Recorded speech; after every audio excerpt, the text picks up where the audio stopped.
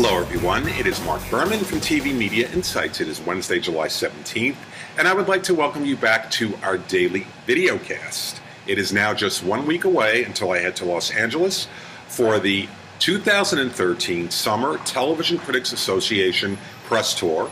I will be reporting live from the Beverly Hilton Hotel from July 24th through August 7th, and to mark the upcoming occasion, I went out and got a crew cut, as you can see. Now listen, it is almost 100 degrees here in New York. You have to do whatever you can to try to stay cool.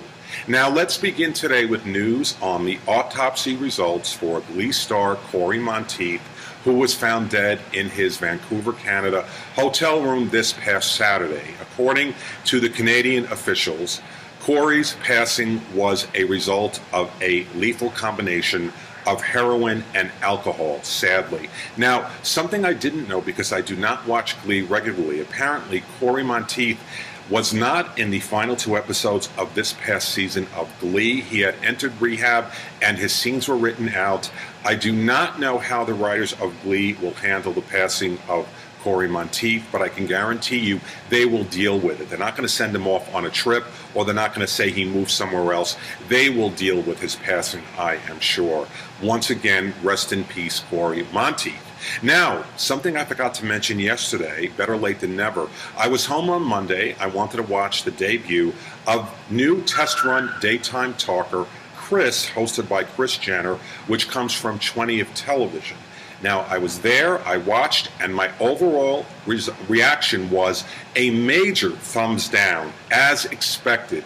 The whole hour revolved around the Kardashians. We had Kourtney and Khloe in the audience. They must have showed them at least 10 times. All Kris talked about was her family, and then she ended the first episode by coming out and holding a newborn baby and wanting us to think that it is Kim and Kanye's little girl. Well, guess what? It wasn't, and according to Kris, Kim and Kanye want their privacy. Oh yeah, a Kardashian wants their privacy. Now, the positive news was, based on the weighted averages for the 6 test markets, Kris opened, according to Nielsen, with a 1.1 rating in households, which built significantly from the lead-in. So we'll have to wait and see what happened yesterday. I will keep you posted all week.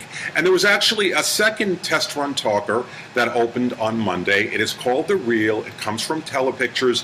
It is also being tested in 6 Fox affiliates. And the format is very similar to both The View and The Talk.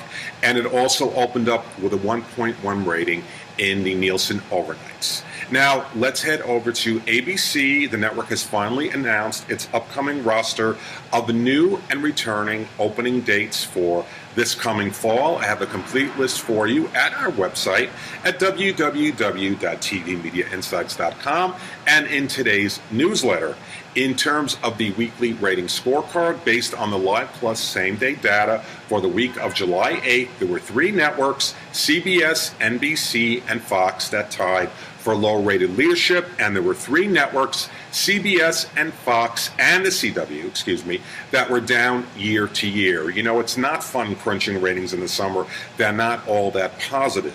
In casting news, Academy Award-nominated actor James Franco will appear in the first 2 episodes of Fox's returning sitcom, The Mindy Project, with Mindy Kaling. Mindy is coming back effective on Tuesday, September 17th, out of the 3rd season of New Girl. If I was Fox, I wouldn't have renewed it. There was a very small audience in season 1, and I don't think that's going to improve in season 2.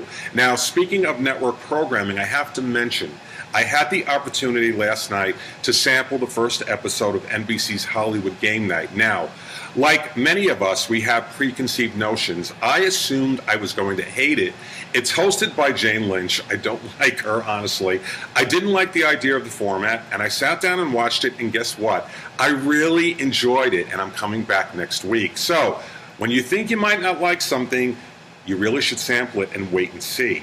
Over at Showtime, if you're a fan of Ray Donovan, which stars Liev Schreiber, it's aired 3 episodes to date. Showtime has already picked it up for a 2nd season. They haven't said how many episodes will air in season 2, but it will stay in production. And Fox sitcom American Dad is moving to TBS Effective in late 2014, TBS will begin airing the first of 15 new episodes. I think it is a great move for American Dad to go to TBS. They could pair it with Family Guy. Now, today in TV history, let's go to 1983. On this day in 83 was the final episode of NBC crime solver Chips, starring Eric Estrada and Larry Wilcox. Now, at the time, Eric and Larry Wilcox were not exactly getting along, so Larry actually exited Chips in 1982. It stayed on the air another season, the ratings fell, and NBC canceled it. And that is our daily video cast from TV Media Insights on this 17th day of July. I hope everybody has a great day. Stay cool if you're on the East Coast, and I will be back with more news about my favorite medium, television, tomorrow. Have a great day.